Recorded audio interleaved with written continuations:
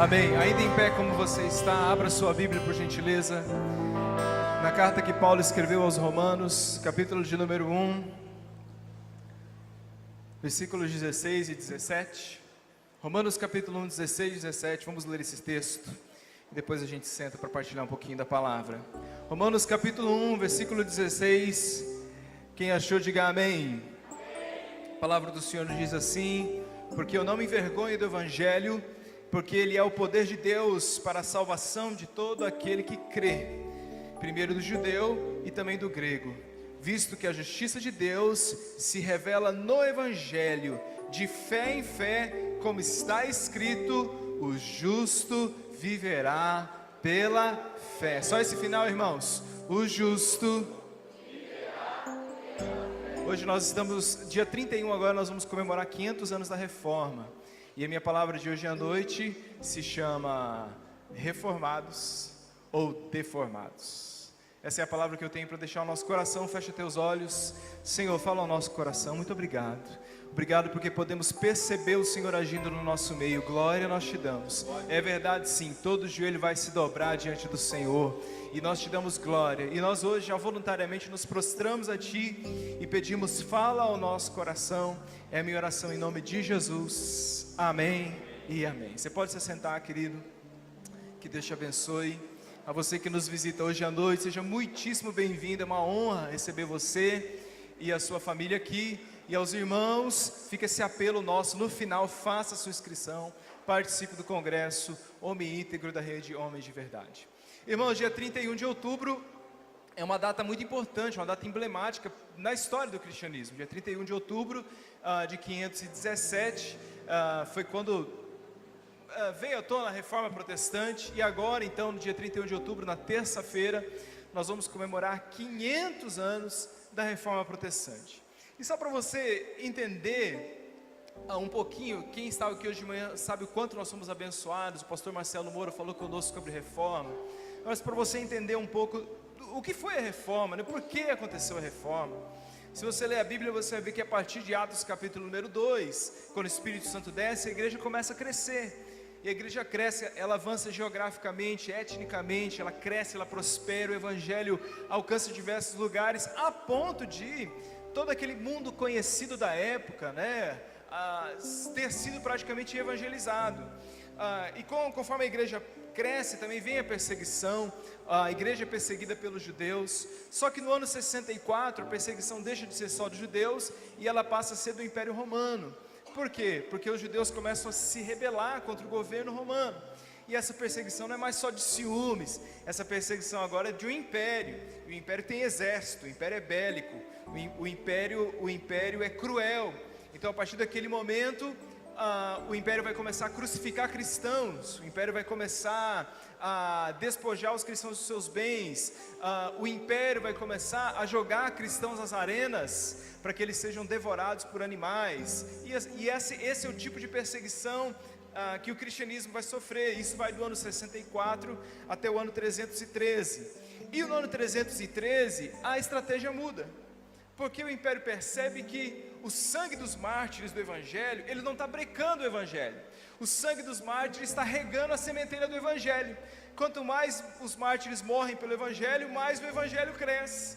Então, no ano 313, o que vai acontecer? Um imperador chamado Constantino, talvez você já tenha ouvido esse nome, ele vai aparentemente se converter ao cristianismo. E com um pouquinho de tempo, então, ele vai fazer o seguinte: ele vai agora instituir o cristianismo como a religião oficial do império. Aqueles que eram perseguidos, agora são a religião oficial. E com essa instituição, algumas coisas boas acontecem. Acaba a perseguição dos cristãos, né? Cessa a perseguição. Eles não são mais mortos nas arenas, eles não têm mais as suas casas tiradas, eles agora podem se reunir publicamente, como a gente se reúne aqui. Eles não precisam mais se reunir nas catacumbas de Roma, escondidos. Eles têm direito ao culto público, eles têm acesso à palavra, a partilhar a palavra, e isso é muito legal. Só que nesse exato momento que começa a decadência da igreja, porque a igreja ganha força política, a igreja ganha força econômica. Só que agora, para você fazer parte da igreja, a porta de entrada não é mais a conversão. A porta da entrada para a igreja é a conveniência. Agora os meios de entrada para a igreja não são mais espirituais. Os meios de entrada para a igreja são políticos, financeiros, são interesseiros. Então a igreja cresce econômica, financeiramente, politicamente, mas ela começa a apodrecer teologicamente. Ela começa a definhar espiritualmente. A igreja foi se paganizando, tanto que chega o ponto de no ano 607 o bispo universal, o bispo de Roma é declarado o bispo universal, é o primeiro papado no ano 607. Então agora o bispo de Roma é considerado o bispo universal, e a igreja vai, depois você pode ler sobre isso, você vê quantas coisas vão acontecer naquilo que é chamado de Idade Média. E hoje, se você nos visita e é católico, de modo algum eu tenho a pretensa vontade aqui de falar mal de nenhuma religião. A gente só está contando a história. E se você der uma pesquisadinha um pouquinho nos documentos católicos, você vai ver também que tem muita coisa que a própria igreja católica falou, né? Por que foi feito isso? Que eles mesmos se retrataram. Então a história vai caminhando. A gente tem a invenção da imprensa em 1450, 1455 você começa a ter a Bíblia impressa. Deus vai caminhando com a história. Deus começa a levantar pré-reformadores, porque a gente conhece bastante a história de Martinho Lutero, esse nome é mais comum para nós, mas a gente tem homens como John Hus, gente que foi martirizado porque começou a discordar do que estava sendo feito. Homens como John Hus na Boemia, que foi queimado numa estaca. A gente tem Jerônimo Savonarola, né, na Inglaterra, em Florença, na Itália, que foi queimado em praça pública. A gente tem John Hus, eu já citei John Hus muitas vezes aqui, né, que esteve na Boemia. John Wycliffe, que foi considerado a estrela d'alva da reforma, que acabou morrendo ali de um tipo de aneurisma cerebral, mas homens que deram a sua vida por uma pré-reforma, até que quando entra o século XVI, início dos anos 1500, Deus levanta um homem chamado, irmãos, Martinho Lutero. E Martinho Lutero é um camarada que ele não suporta todos os desvios que estão acontecendo na igreja. Ele não tem estômago para aqueles erros grotescos que a igreja estava cometendo. Entre elas, o maior de todos, se você ler qualquer história sobre a reforma, você vai ver que vai ser citado, era a venda das indulgências. Quem aqui já ouviu falar de indulgência? A venda das indulgências. Então o que acontecia na época de Martinho Lutero? A lógica era o seguinte: a igreja dizia assim, tem gente que é tão boa, que fez mais do que o necessário para ir para o céu. A pessoa viveu tão bem, que elas, no score dela, na pontuação, sobrou pontos. Esses pontos que sobraram, a igreja detém, porque ela fez mais. Então a igreja tem esses tesouros nas suas mãos, e ela agora pode te dar esses pontos que sobraram para dar uma ajudinha para você. Era essa a lógica da indulgência. Então o que começa a acontecer? Através de documentos assinados pelo Papa, você ia lá e comprava um favorzinho. Então você podia comprar terreno no céu, você podia comprar perdão pelos pecados que você cometeu, você podia comprar perdão pelos pecados que você ainda fosse cometer, irmãos. Podia comprar. Pessoa, sexta-feira, dia da maldade, né, irmãos? Fala, hoje eu vou lá na balada, eu estou querendo derrubar uns 2 corpos, quanto custa? Já vou pedir, era um vale night praticamente, né? Você podia comprar o perdão por aquilo que você ainda nem tinha feito. Então, podia livrar entes queridos seus que não tivessem sido tão boas pessoas, mas ainda estavam no purgatório. Então você podia ir ali comprar, pontuava lá para ele dar uma saidinha no purgatório. Johann Tetzel, eu até anotei o nome desse camarada, que era um dos que mais vendiam as indulgências na época. Ele tinha um ditado que era assim, assim que no cofre uma moeda soa, do purgatório ao céu uma alma voa. Assim, né, que no gasofilácio a moeda soa, uma alma do purgatório para o céu voa. Era o slogan que tinha na época. E aí Martinho Lutero vê tudo isso. E quem é Martinho Lutero? Martinho Lutero é um monge agostiniano. Depois você lê a história de Martinho Lutero, porque tem muito detalhe. Então ele é um jovem que estava estudando direito. Ele estudava direito, era o que o pai dele queria para ele. E teve uma época que ele ficou muito doente. Ele se recuperou daquela doença dele, estava em casa doente, e quando ele estava voltando para os seus estudos, se recuperando daquela doença, ele e um amigo dele estavam no campo. E o que aconteceu? Fechou uma tempestade, um raio caiu e matou o amigo dele, do lado dele. Então, quando ele viu aquilo, ele falou assim, se o Senhor me livrar dessa, eu vou virar monge, Se o Senhor me livrar disso aqui, se eu não morrer aqui no meio dessa tempestade. E foi o que aconteceu, a contragosto da sua família. E aí Agostinho vai para um mosteiro, né, agostiniano. Só para você entender, Martinho Lutero não teve nada de perfeito. Depois você vai ler a biografia, você vai ver que ele fez muita coisa errada também. Mas Martinho Lutero tem uma característica muito peculiar de todas as pessoas que mudam a história. Quantos aqui desejam mudar a história? Digam amém. Martinho Lutero era perturbado, irmãos. Ele era um homenzinho perturbado. Depois você lê a história, ele não era normal. Tinha hora que você fala, esse cara não bate bem, não é possível. Porque ele tinha uma crise. Se você lê a história de Martinho Lutero, você vai ver que ele tinha quase uma raiva de Deus. Porque ele não conseguia conciliar duas expressões. Ele não conseguia conciliar evangelho. Evangelho significa o que, irmãos?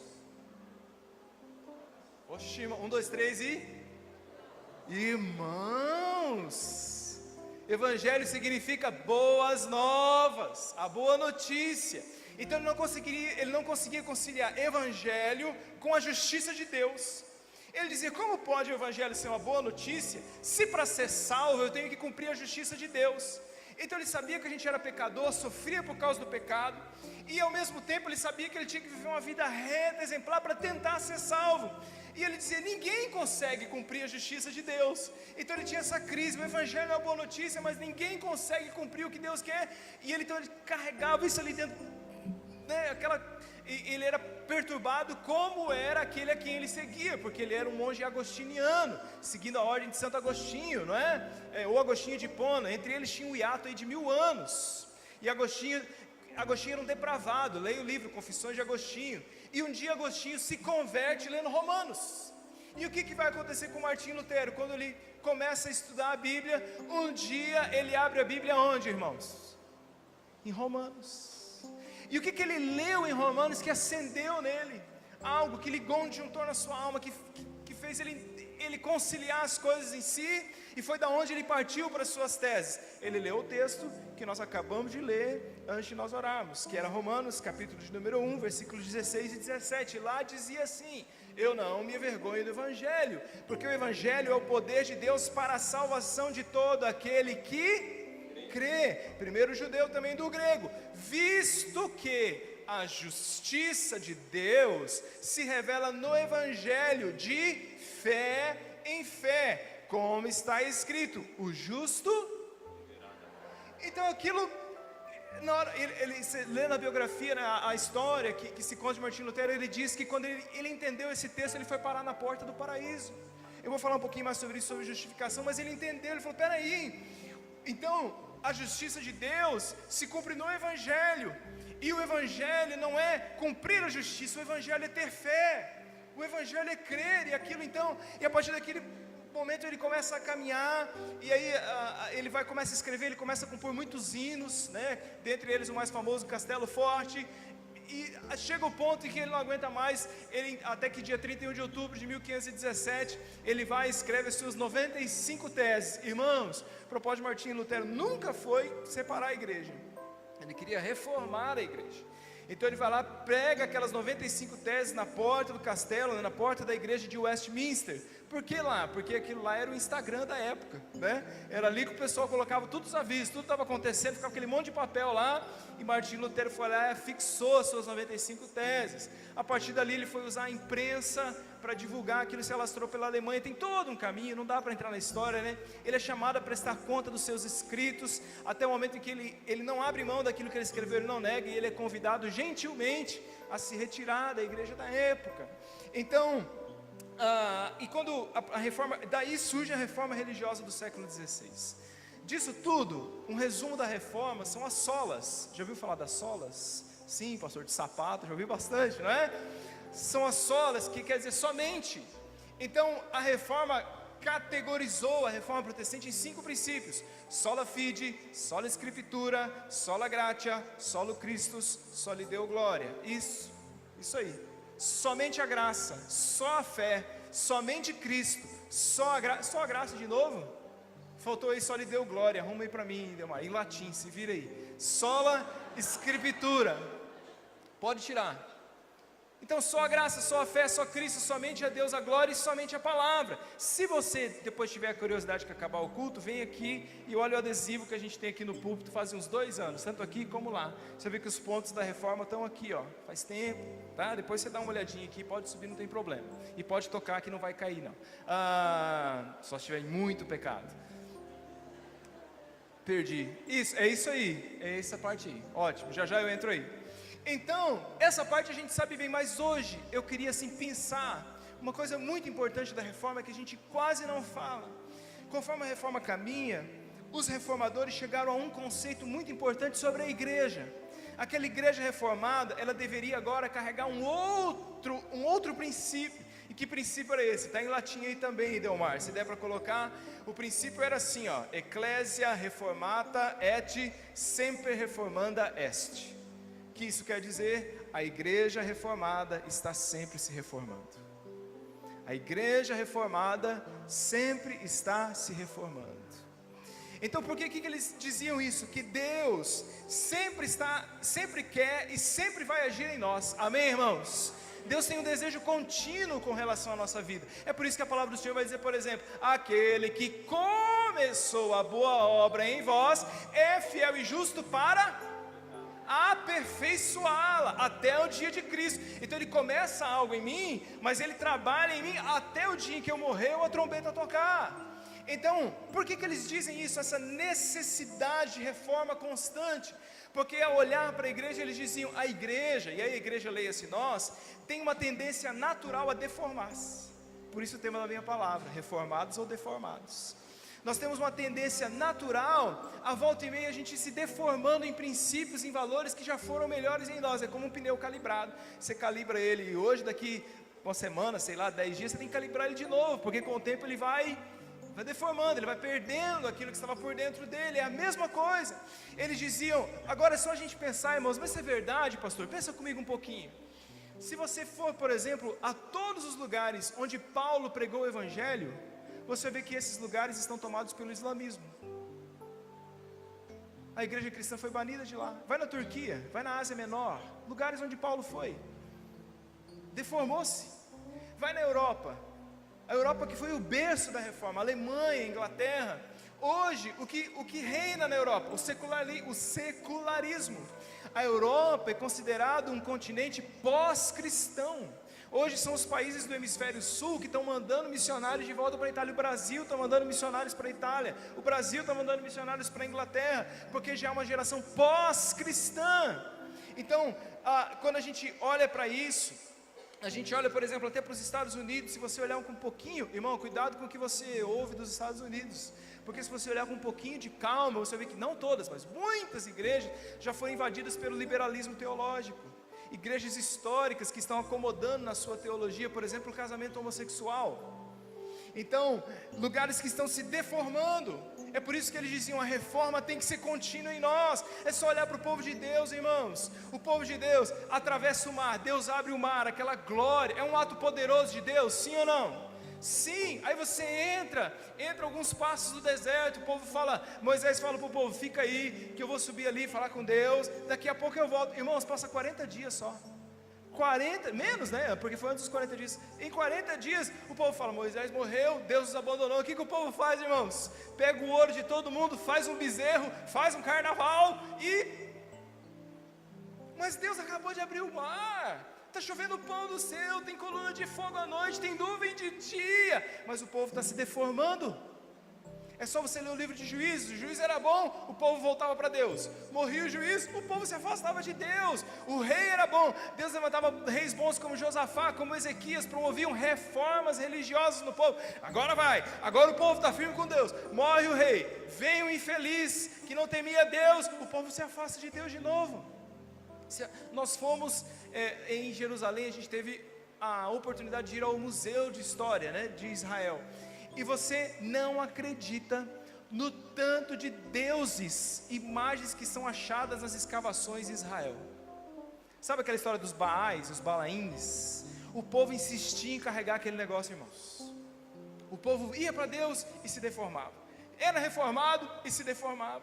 Então a gente precisa olhar para nós. Eu listei 3 coisas que muitos escritores dizem que se afetam quando a gente é deformado. 3 coisas básicas quando a gente é deformado. O que é deformado? A nossa teologia, a nossa ética e a nossa moral e o nosso culto. Quando a gente é deformado, a nossa teologia fica mais doce. Não, para ir para o céu assim, vai meio que todo mundo. Se você não ir para o céu, só se for uma pessoa muito ruim, todo mundo é irmão, é graça comum, Deus derramou, Deus ama todo mundo. Sim, Deus ama todo mundo, mas Deus não tem relação nenhuma com o pecado. A nossa teologia é afetada, a nossa ética e a nossa moral. A gente começa com um discurso de, pastor, a gente não precisa ser tão diferente assim também, né? A gente pode ser meio igual a todo mundo e ter uma leve diferença. E o nosso culto, sim, porque o culto é a expressão do povo de Deus. Eu vou falar mais sobre isso. O nosso culto vai se humanizando. O nosso culto vai se centrando no homem. O objetivo do culto é agradar ao homem e não a Deus. Então, é nesse ponto que o sal perde o sabor. É nesse ponto que a lâmpada acesa é colocada embaixo da cama. É nesse ponto que a igreja se torna uma instituição. É nesse ponto que o organismo se torna uma organização. É nesse ponto que o poder do evangelho não é mais poder, é poderio do evangelho. É nesse ponto que a gente se deforma. Então o que eu vou fazer aqui agora? Rapidinho. Eu vou pegar os solas. A gente vai dar uma olhadinha no que eles pensavam sobre o que deveria ser. E se isso em nós está reformado ou deformado. E nessa noite eu te pergunto, em nome de Jesus, quantos aqui querem se manter reformados para a glória do Senhor? Digam amém. Dói, viu, irmão? Dói porque às vezes a gente deforma, e aí você tem que ir lá e martelinho de ouro, né? Tem que bater, tem que colocar de volta. Qual era a primeira sola da reforma? A primeira sola era a sola gratia. Está aí, Delmar, no jeito? Sola gratia. O que é isso? Somente a graça. Repita comigo, somente a graça. Abra sua Bíblia em Efésios, capítulo de número 2. Efésios, capítulo número 2, versículos 8 e 9. Fica com a Bíblia aberta que nós vamos usar alguns textos. Efésios 2, 8 e 9, a palavra do Senhor diz assim: porque pela graça sois salvos, mediante a fé. E isso não vem de vós, é dom de Deus, não de obras, para que ninguém se glorie. Irmãos, deixa eu falar aqui, existe uma definição de graça que é a mais conhecida de todos. Se você sabe, diga comigo. Graça é favor imerecido. Isso é uma definição teológica linda sobre graça. Isso mesmo, é receber algo que eu não merecia. Mas eu de verdade, para mim, graça é um dos conceitos mais difíceis de explicar na palavra. Porque a graça está além do nosso pensamento. A graça não faz parte da nossa constituição caída e pecadora. Então, o que é graça, pastor? É o favor imerecido. Então a graça me salva, sim ou não, irmãos? Eu sou salvo mas a graça, além de me salvar, a graça é aquilo que me mantém salvo. Diz amém. Porque eu sou salvo pela graça. Eu sou salvo, estou salvo, e até o dia que a trombeta tocar eu continuarei salvo, e pela eternidade inteira viverei salvo. Amém, irmãos? Só que isso tudo é pela graça. Tudo que é favor de Deus na minha vida é pela graça. Não tem mérito nenhum em mim. Nós estamos sentados aqui hoje e comemos. Quem comeu aqui antes de vir para o culto da glória a Deus? Poucos, né? Porque você comeu antes de vir, irmão, sabe o que é isso aí na sua vida? Graça. É graça. Você tem cabelo? É graça. Seu cabelo está caindo? É graça também. Você está casado? É graça. Você está solteiro? É desgraça. Brincando. Nós vamos orar por você no final. É graça. Então às vezes você tem filhos que alegram o seu coração, sabe aquele sentimento que invade o seu coração? Você fala, da onde que veio isso? É graça de Deus. É o dia que você está andando à tarde assim. Às vezes eu ando com a Flávia fim da tarde, e a nossa rua é uma baixadona assim, então dá para você ver o pôr do sol lá assim. Então olha assim, aquele pôr do sol, aquilo, fala, cara, isso é a graça de Deus. Quando você abre o olho de manhã, sabe o que é isso, irmão? Graça. Você só abriu o olho pela graça de Deus. A graça nos sustenta, ela nos coloca em pé. Então a graça nos salva e nos mantém salvos. A graça fez tudo por nós. Nós não precisamos fazer mais nada para ser salvos, amém, irmãos? Eu não preciso acender vela, eu não preciso fazer romaria, eu não preciso pagar promessa, eu não preciso subir escadaria de joelho. A graça fez tudo por mim. É a graça. Mas por quê? Porque Deus quis. Então, por mais que a gente define, por mais que a gente tente definir, por mais que a gente tente explicar, eu preciso te dizer, a graça é quase inexplicável. A graça, na verdade, eu me arrisco a dizer, a graça não é para ser explicada, a graça é para ser experimentada. Porque enquanto você não experimenta a graça, você não entende. Mas no dia que a graça entra no seu coração, é isso. É a graça de Deus sobre a minha vida. E o que é a graça deformada? Passa para mim, Delmar. Qual é a deforma da graça em nós? A graça deformada se torna numa meritocracia. Graça deformada é relacionamento com Deus, não a partir da graça, mas a partir do mérito. Abra sua Bíblia, Gálatas, capítulo número 5. Paulo está escrevendo aos Gálatas e os está repreendendo por uma conduta deles. Gálatas 5, versículo 4. Eu vou lendo que senão, vamos lá. De Cristo vos desligastes, diz Paulo, Gálatas 5,4. Vós que procurais justificar-vos na lei, da graça vocês caíram. Paulo está escrevendo para os Gálatas e está dizendo, poxa gente, vocês começaram bem, vocês começaram na graça. O que era a conversa deles agora? Eles diziam, agora nós vamos circuncidar de novo, agora a gente vai tentar buscar a justificação pela lei. E Paulo está falando, vocês estão malucos, vocês estão caindo da graça. E por que Paulo fala isso? Olha o versículo 11, ele diz, eu porém, irmãos, se ainda prego a circuncisão, por que continuo sendo perseguido? Logo está desfeito o escândalo da cruz. A cruz não traz sobre nós uma lei, a cruz traz e emana sobre nós a graça, amém, irmãos? É a graça que emana da cruz. Então os reformadores tinham um problema com isso, por quê? Porque na época dos reformadores, as pessoas relacionavam-se com Deus no mérito. Se você for uma boa pessoa, quem sabe você vai para o céu. Se você fizer boas obras, você vai para o céu. Irmãos, as boas obras não salvam ninguém, diga amém. Mas todo salvo vive fazendo boas obras, diga amém. Isso é Bíblia. Eu não faço boas obras para ser salvo, eu faço boas obras porque a salvação chegou em mim. E a graça que está em mim me leva a cada dia a ser mais parecido com aquele que a graça me deu. Então eles tinham problemas porque as pessoas se relacionavam com Deus no mérito. Você tem dinheiro, então seu terreno é grande no céu, você vai morar no Alphaville do céu. Você tem pouco dinheiro, você vai morar no Alfavela do céu. É lá que você vai. Essa meritocracia, isso não existe, irmãos. Não. Aí você olha para a igreja brasileira, e eu olho umas campanhas que algumas igrejas grandes falam, e eu falo, Senhor da glória, Deus vai te curar. Irmãos, Deus cura alguém por mérito? Irmãos, Deus cura alguém por mérito? Deus vai te curar, basta você ter fé e comprar essa toalhinha aqui do apóstolo Paulo. Essa toalhinha, 10ão, 20ão, 100ão, 1000ão. Deus vai sarar esse problema que você tem na garganta, mas para isso você precisa tomar essa água do Jordão. Porque essa água do Jordão, eu e a pastora fulano de tal, nós vamos lá no Jordão, nós vamos mergulhar 7 vezes por você, e aí nós vamos trazer as garrafinhas de água do Jordão. Eu não sei como que eles trazem, porque não pode trazer, né? Não pode levar no avião. E fora que o Jordão nem é assim, o Jordão é dessa largura aqui, irmãos, ó. Hoje ele está assim, se tirasse tudo isso aí de água para todo esse povo, o Jordão secava. E aí um monte de gente iludida, achando que se eu comprar aquela garrafinha, se eu botar aquele copo d'água em cima da TV e beber aquela água, aquilo... irmãos, isso é relacionamento com Deus por mérito. Leve a vara que Moisés abriu o mar, e o mar vai se abrir na sua casa. Vou dar com essa vara na sua cabeça. Vendendo o favor de Deus, negociando o favor de Deus. E Deus não se relaciona conosco no mérito, Deus se relaciona conosco pela graça. Pela graça.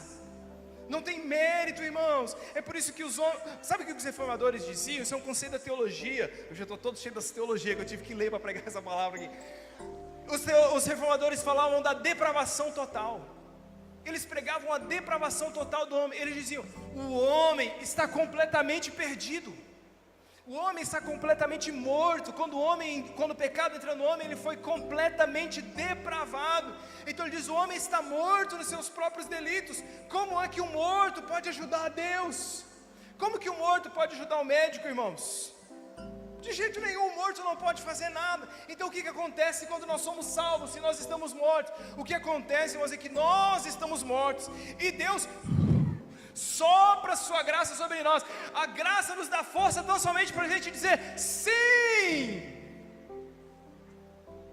E eu sou salvo pela graça que Ele mesmo soprou em mim. Isso é graça.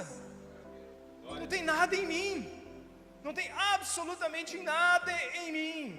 Então é por isso, irmãos, que Deus procura todos, inclusive os doentes. Deus procura os piores.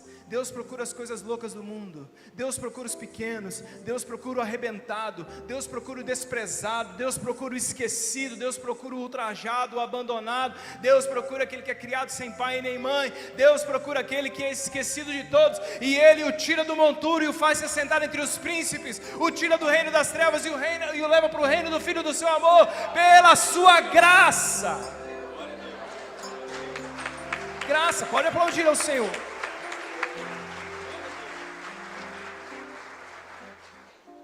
Graça, irmãos. Nós não fizemos nada. Graça. Só pela graça. Pode falar uma coisa? Grave o que eu vou te dizer. O amor de Deus é ultrajante. O amor de Deus, irmãos, é ultrajante. O amor de Deus é um ultraje a todo mérito. A toda meritocracia. Toda pessoa tenta se relacionar com Deus na meritocracia. O amor de Deus é um ultraje. Toda vez que eu entro com méritos na presença dEle, eu não vou chegar em lugar nenhum. Que é graça? Graça é aquele pai que fica esperando o filho pródigo voltar para casa, e antes que o filho peça desculpa, ele pula no pescoço do guri, beija ele, faz uma festa, porque o filho que estava morto agora está em casa. É a graça de Deus sobre nós. Não se relacione com Deus por mérito, irmão. Não se relacione com Deus por mérito. Seja obediente porque você ama o Senhor. Aquele que tem os meus mandamentos e os guarda, esse é o que me ama. Não é aquele que é abençoado, é quem me ama. Eu me relaciono com Deus por graça. Sola gratia, só a graça. Mas a reforma dizia mais. A reforma dizia, pode passar para mim, sola fide, somente a fé. Repita comigo, somente.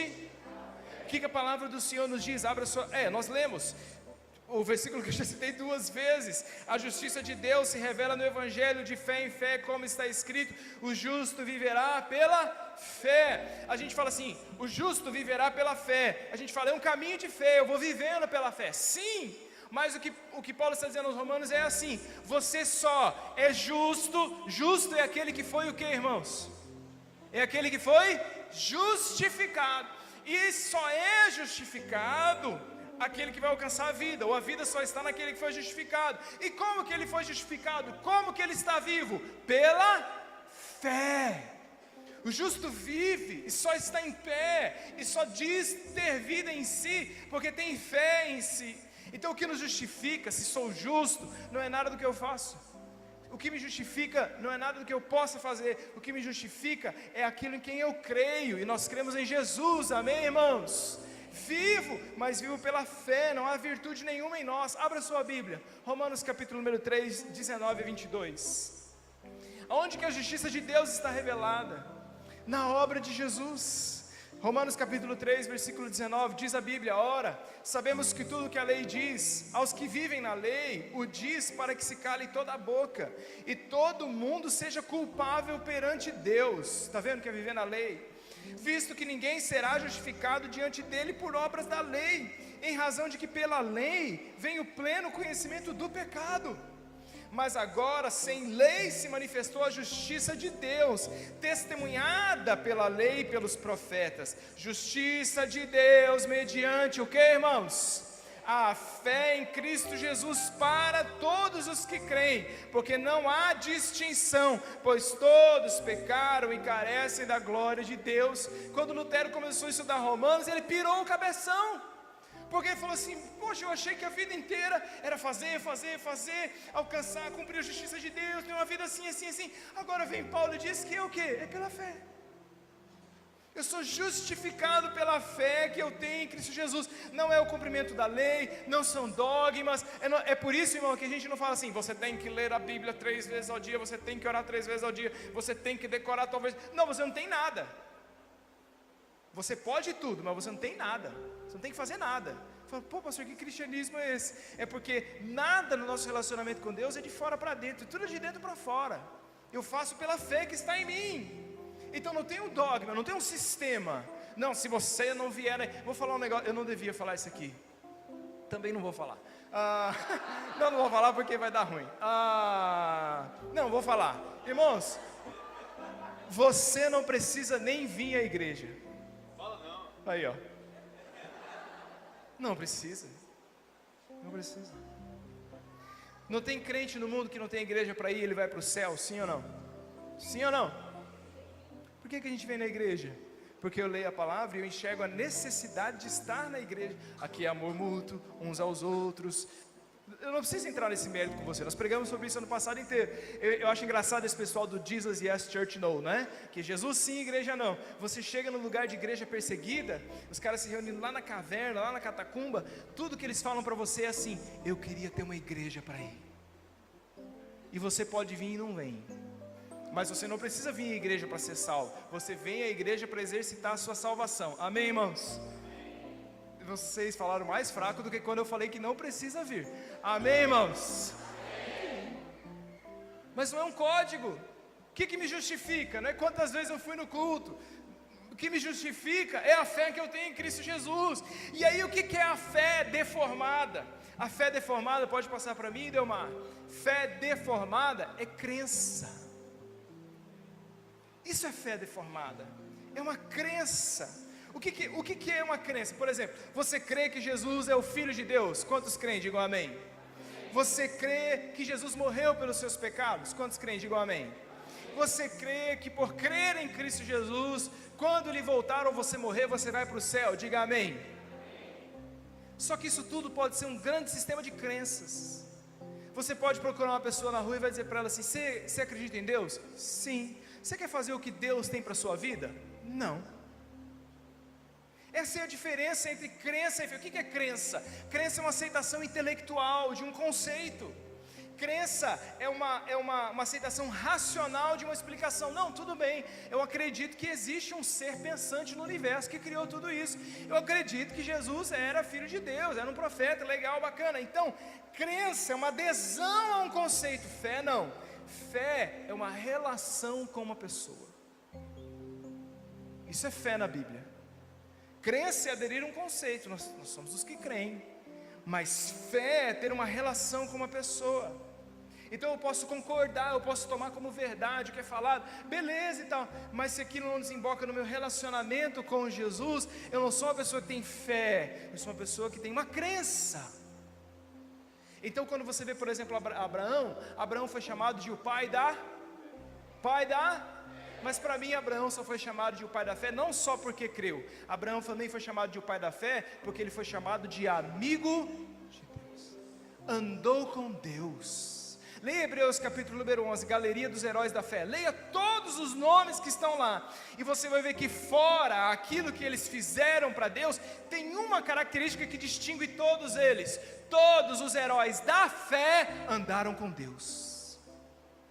Andaram com Deus.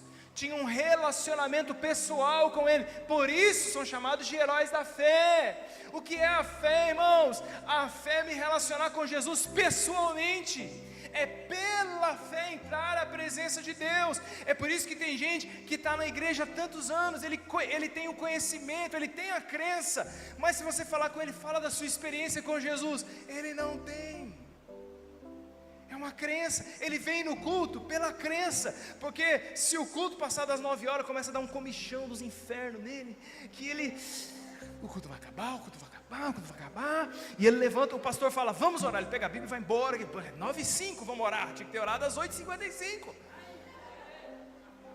porque o culto é até às 9, por isso que ele vem no culto, e daí se o louvor demora demais, ele já senta, irmão, se você tem problema, não pode ficar em pé, não é nada disso, tá certo? Mas aí, é igual, eu lembro quando eu era criança, na igreja que eu ia, não tinha trabalho para criança, então eu tinha que ficar ali forçado. no culto, né? Assim, então, eu me lembro que o ponto alto do culto, quando eu ia, era quando minha mãe deixava eu ir no banheiro. Deixa eu ir no banheiro, por favor, eu não estava com vontade no banheiro, eu só queria sair do culto, porque aquilo ali para mim não fazia, eu era uma criança. Então a pessoa que vem ao culto pela crença, ela mas para que para cantar desse tanto, gente? Para que ir levantar a mão e baixar a mão e ora com o irmão? Não, aí ele vai no bebedouro, não é? Bate o demônio do camelo nele, que ele tem que beber água por uma semana, não é isso? Ele bebe água por uma semana, ele fica hiperidratado. Ele vai aqui, e ele vai lá, e ele vai ver os carros, e ele fica lá alugando o pessoal da recepção, acabou o culto. Mas eu vim. Isso é crença. É crença. É quando você diz, fale alguma coisa para Deus. Eu não estou dizendo que tem necessariamente uma forma, mas não tem um relacionamento. Se não tem relacionamento, não tem fé, só tem crença. O que é fé, irmão? Para a gente ir para frente não dá para falar tudo. O que é fé? Fé, a diferença de crença e fé para mim no relato da Bíblia. Quando os discípulos estão no meio daquela tempestade, jogados de um lado para o outro, Jesus vem andando, os discípulos tudo pancadinho da cabeça, né, teologicamente, é um fantasma, e todo mundo gritando, 12 homens gritando dentro do barco, e aí, não cambada, não é não, sou eu. Aí eles concordam, todo mundo tem crença, és tu. Mas Pedro diz assim, se és tu, me deixa ir contigo. A crença é saber que ele é o Filho de Deus. A fé é tirar o pé do barco e andar com ele. Isso é fé.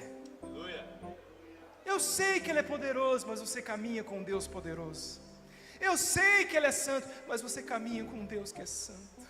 Eu sei que ele é vivo e que ele ressuscitou, mas ele vive dentro de você. Isso é fé, irmãos. Isso é fé. Só a graça, só a fé, só lhe deu glória. Só lhe deu glória é somente a Deus a glória. Repita comigo, somente a Deus a glória. Só a Deus, meus irmãos. O que é isso? É tirar o homem do centro da história e colocar Deus, somente a Deus a glória. Tudo que, irmãos, vou falar um negócio aqui para você. Tudo que é feito e não é para a glória de Deus, perde completamente o seu valor. Tudo que é feito que não é para a glória de Deus, não tem valor algum. Se você leia na sua casa depois 1 Coríntios capítulo 3, versículos 11 e 14, a Bíblia diz que chegará o dia do juízo de Deus, em que todas as nossas obras serão empilhadas lá. Todas as nossas obras. Você tocava, bota aqui. Você cantava, põe lá, ele cantava para mim. Liderava a célula, ótimo. O que mais você fazia? Trabalhava, pregava a palavra, poxa, que bacana. Ficava lá na recepção, legal. Filmava os cultos, seguia o pastor quando ele fazia assim. Aí, traz ele lá, põe tudo, todas as obras dele. E aí a Bíblia diz que o fogo do juízo virá sobre as nossas obras. E somente as obras que não forem consumidas é que vão trazer galardão para nós. Está na Bíblia. É naquele dia que vai se ver se a nossa obra está lá. 1 Coríntios capítulo 3. Se a nossa obra é de feno, se a nossa obra é de palha, se a nossa obra é de madeira, de prata, pedra preciosa ou ouro. Qual é o tipo de obra que a gente produziu na vida?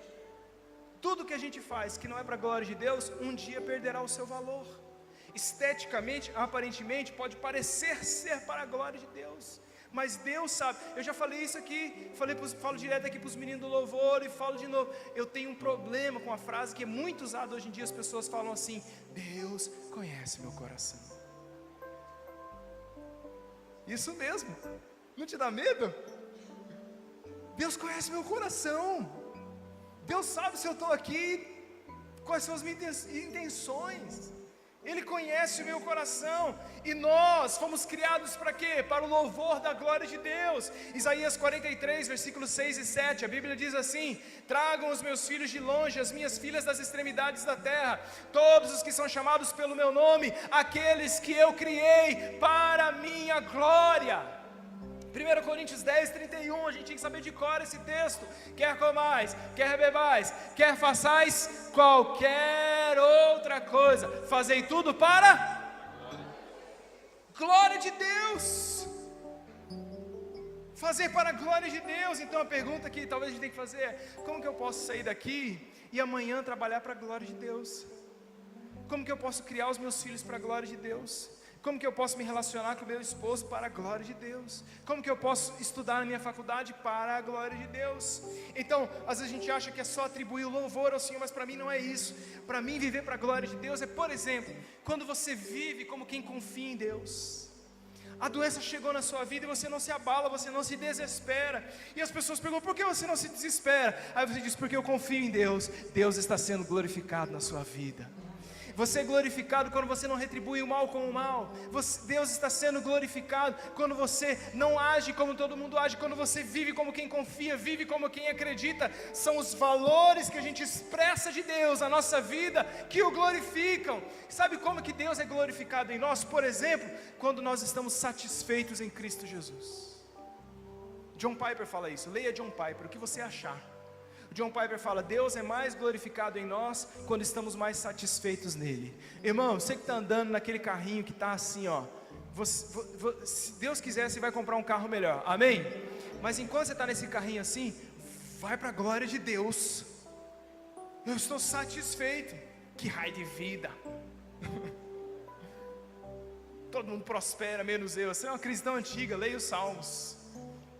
E quando a gente está satisfeito em Deus, Senhor, eu estou satisfeito em Ti. Eu queria estar comendo um bom filé, mas hoje vai o músculo, toca o pau, bora. Estou satisfeito, satisfação. Posso todas as coisas que Ele me fortalece, sim ou não, irmãos? Sim ou não? É o versículo mais usado erroneamente no Evangelho. Eu posso tudo naquele que me fortalece. Pode, Paulo fala assim, eu posso tudo, eu posso ter pouco e posso ter muito. Eu posso passar fome, eu posso ter abundância, eu posso tudo naquele que me fortalece. É assim que Deus é glorificado. O que acontece? O que é o só lhe deu glória deformado? O que é somente a Deus deformado em nós? É o antropocentrismo, é o humanismo. É quando a gente tira Deus do centro e traz o homem. É quando a gente acha de que Deus vive em função do homem e não o homem em função de Deus. É quando a gente começa a dar mais importância para as pessoas do que para Deus. É quando o pregador sobe para pregar, se preocupando se as pessoas vão gostar ou não daquilo que eles vão falar. Eu vou falar umas palavras mais doces, mais legais. E Jesus não tinha preocupação nenhuma com isso. João capítulo número 6, alimentou o povo e daí ele começa a descer a borracha em todo mundo. E o povo, e aí os discípulos, que eram os mais próximos, chegou, Senhor, os discursos é muito duro, vamos parar com esse negócio aí. Jesus na sua delicatesse, na sua finesse, diz assim, vocês querem ir embora? Aí Pedro diz, para onde iremos nós? Se só tu tens as palavras de vida eterna. O versículo é lindo, mas antes eles tinham levado uma carcada. Minha preocupação não é agradar vocês, a minha comida é fazer a vontade daquele que me enviou. O antropocentrismo entra quando a gente vem no culto para ser agradado, irmão. Vou falar um negócio para você, o culto não é para você. Não é, irmão. Não é. A gente, presta atenção, tem uma diferença entre edificação e glória. A gente não edifica Deus, a gente edifica Deus, irmão. A gente edifica a igreja. O culto é para a edificação da igreja, mas é para a... Então dá glória a Deus e aplaude ao Senhor. O culto é para a glória de Deus. Sempre será. Tem um monte de gente que o só lhe deu glória se deformou. Não gostei do louvor hoje. Para que é o louvor, irmão?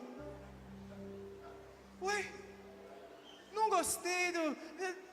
E daí? Não, pastor, mas você não pode ouvir uma opinião? Posso, o máximo que eu vou dizer é não. Não, e vocês sabem que a gente não é assim. Mas você não pode chegar aqui nesse lugar e esperar, vou lá ver, e gente que vem, qual que é a banda que vai tocar hoje? Quem que é o pastor que vai pregar hoje? Quem que vai dirigir o culto, pastor? Eu não entendo a motivação por trás dessas perguntas. Não, porque eu prefiro, não, e daí? O culto é para Deus. Nós nos reunimos aqui para louvor da sua glória. E você, é por isso que o culto é individual. Pode ter vindo aqui, todo mundo rasgou o coração e tal, e você não deu culto, porque o culto é o homem, é o povo a Deus, e não Deus ao povo. Isso é culto, posso ouvir o amém? Então é por isso que as pessoas trocam de igreja, porque ela faz aí ele vai para outra igreja. Aí não, aquele pastor é muito duro. Aí vai para outra igreja, não, aquele pastor é muito doce. Você quer o que, irmão? Mel com limão, o que você quer? E aí, lembra, antigamente as pessoas não trocavam de igreja. Nasci e morri na mesma. Não importava se o pastor era animado, avivado, se o louvor era bom, se o louvor era ruim. Ela estava ali por causa de Deus. E eu quero dizer, em nome de Jesus, nós estamos aqui pela causa de Deus, amém, irmãos? É por Ele. É por Ele. Mas todas as vezes que nós queremos ser agradados, você quer ver quando a gente é humanista? Quando a gente fica chateado porque não falaram nosso nome no final. Eu fui, trabalhei, na hora de falar o nome esqueceram de mim. Mas glória a Deus. Como assim, irmão? Quando eu chatei porque o meu nome não foi lembrado, quem que eu quero que receba a glória? Vamos, irmãos? Eu! Oh, você é tão pó como eu. A glória é de Deus. Viva de uma forma que a glória seja única e exclusivamente dada a Deus. E para Deus, deixa eu falar um negócio para você. O centro da sua vida sempre estará ocupado, ou por Deus ou por você. Então talvez para Deus voltar a ser o centro, você vai ter que se tirar do centro da sua história e dizer, não se trata do meu umbigo, se trata de Deus. Sola gratia, sola fide, só lhe deu glória, vamos correr que senão, solo Christus. Somente Cristo. Abra sua Bíblia comigo, para mim um dos textos mais extraordinários da palavra. Vou correr agora, para a gente acabar até as 9, que tem mais um negócio ainda. Amém, irmãos? Só Cristo. Colossenses capítulo de número 1, versículos de 15 a 20, é o texto da supremacia de Cristo. Colossenses 1, de 15 a 20, eu vou lendo. A Bíblia diz, falando de Jesus, é a imagem do Deus invisível, o primogênito de toda a criação, pois nele foram criadas todas as coisas no céu e sobre a terra, as visíveis e as invisíveis, sejam tronos, sejam soberanias, quer principados, quer potestades, tudo foi criado por meio dele e para ele.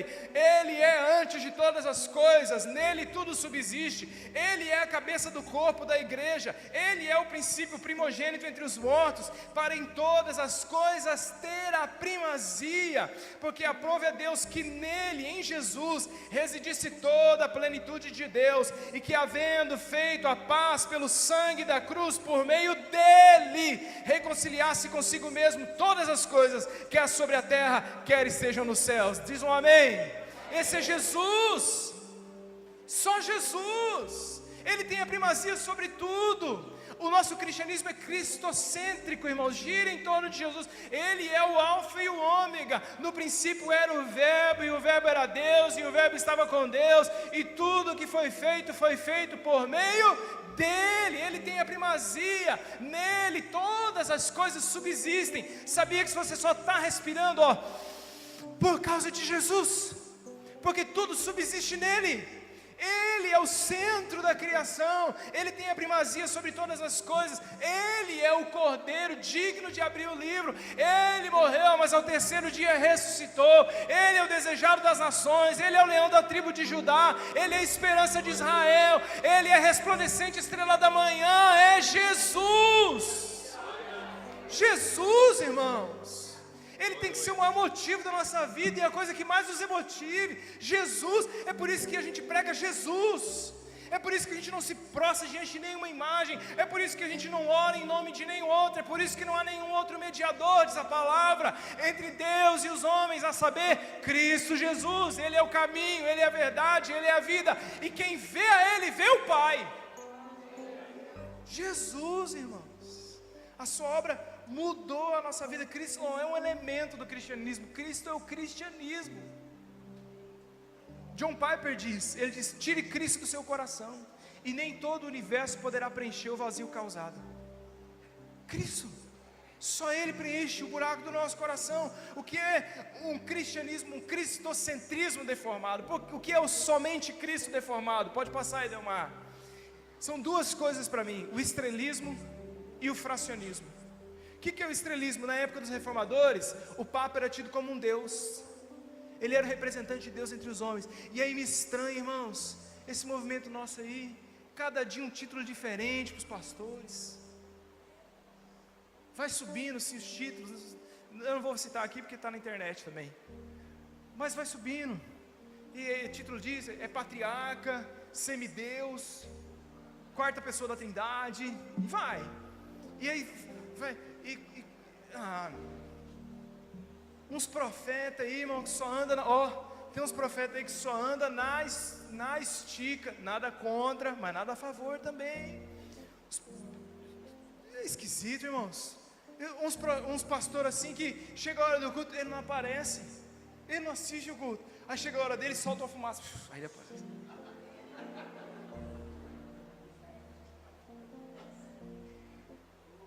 Se eu for falar do gospel, irmãos, é camarim, é toalha branca, é comida disso, comida daquilo. Olha, eu vou na sua igreja, mas é tanto e é só 1 hora, viu? Mais de 1 hora eu não posso ir na sua igreja não. É por isso que às vezes você fala pra gente assim, traz fulano de tal. A gente fala assim, deixa quieto, irmão, deixa pra lá. Você fala, esse pessoal é muito fechado.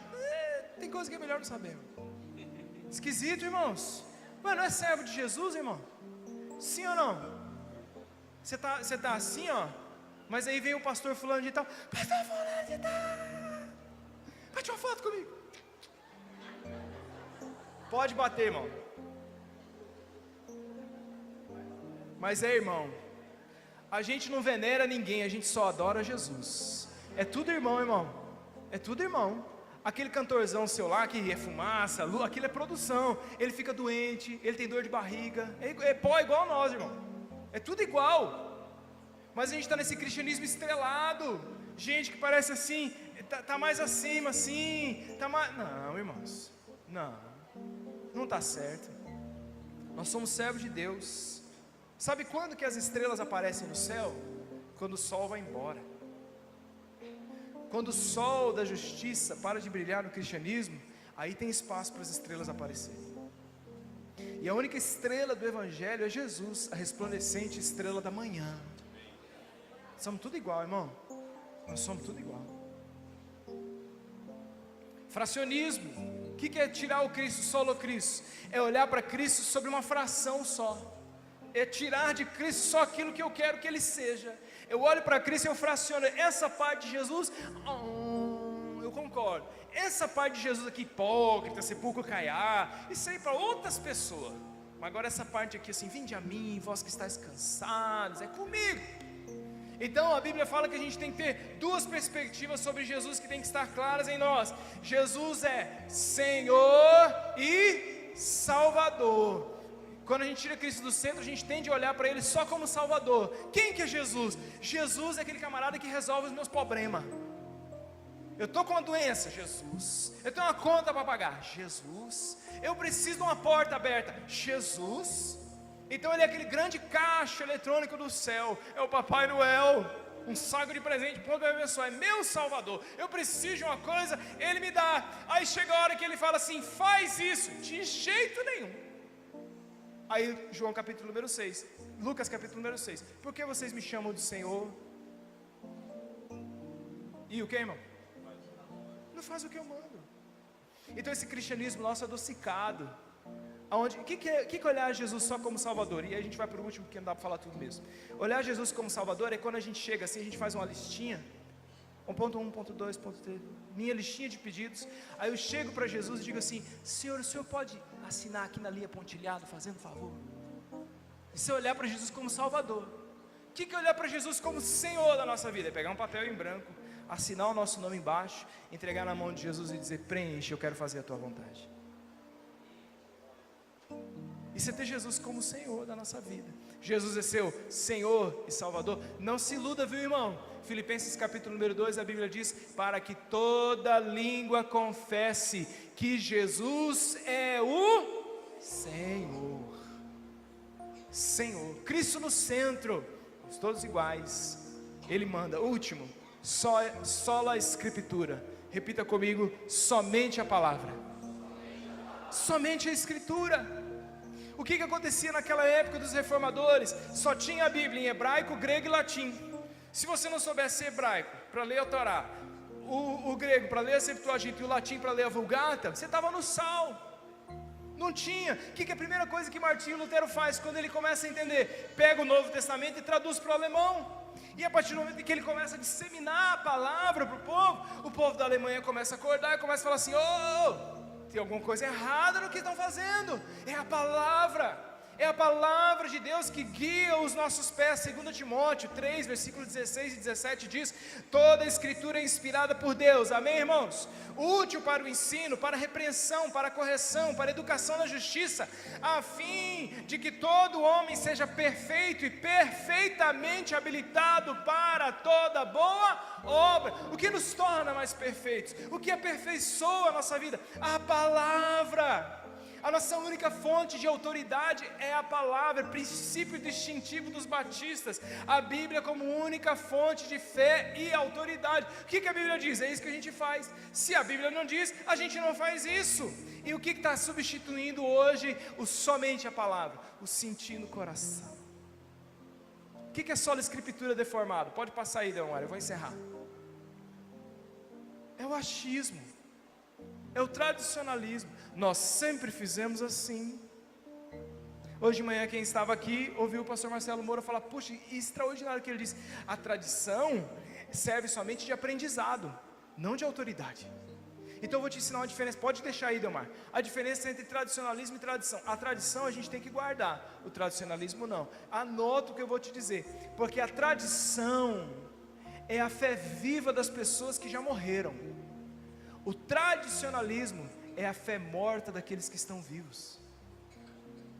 Nós não somos tradicionalistas. Deus é o Espírito livre, amém, irmãos? Amém, irmãos? Deus não repete, irmão. Não repete.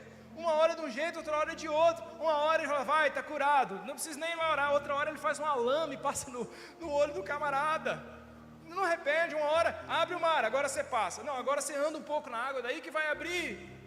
Deus não se acachapa dentro de uma caixinha e fala: não, Deus só vai até aqui. Não, isso não é autoridade sobre nós, e muito menos o achismo. Hoje em dia, eu fico doente com as pessoas, porque elas dizem assim: mas você está sentindo paz? Já ouviu essa pergunta? Você está sentindo paz? Irmão, vou falar um negócio para você. Tem um monte de coisa que eu faço que é certa, que eu não sinto paz nenhuma. Nenhuma. Eu já tive que pedir perdão para as pessoas contrariado. E eu fiz o certo, sim ou não? Contrariado, minha vontade de jogar uma cadeira. Me perdoa aí. Sem paz nenhuma. Eu já dei a vez para aquele miserável que me fechou no trânsito. Sem paz nenhuma. Nenhuma. Nem tudo que a gente faz, que a Bíblia manda a gente fazer, a gente faz com paz no coração, irmão. Não é assim que funciona. Não é assim que as coisas... Então...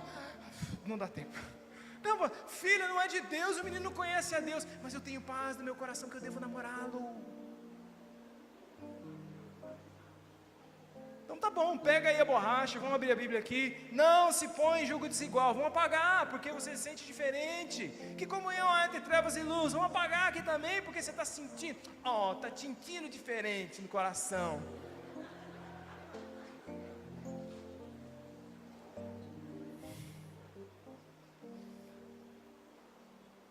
Aí o que vale mais não é a palavra, são as minhas ideias.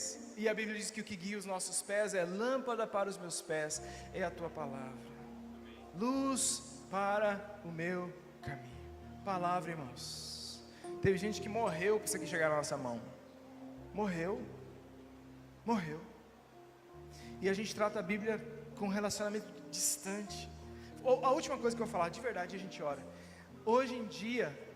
muitos pregadores estão pregando autoajuda. Muita gente está subindo no púlpito para passar a mão no seu ego, fazer você rir, e não tem nada de errado em rir, porque para mim Deus é extremamente bem-humorado, mas não há mais nenhuma defrontação com a verdade. Frase de autoajuda, usa a rede social, coloca lá uma frase de autoajuda, um pensamento genérico, né? Escreve lá assim: a pressa é inimiga da perfeição. Cada macaco no seu galho. Água mole em pedra dura. Que bênção de Deus esse homem. Isso é um vaso usado pelo Senhor. Autoajuda não muda a vida de ninguém. Autoafirmação, neurolinguística, isso não muda a vida de ninguém. Só o que muda a nossa vida é a palavra de Deus.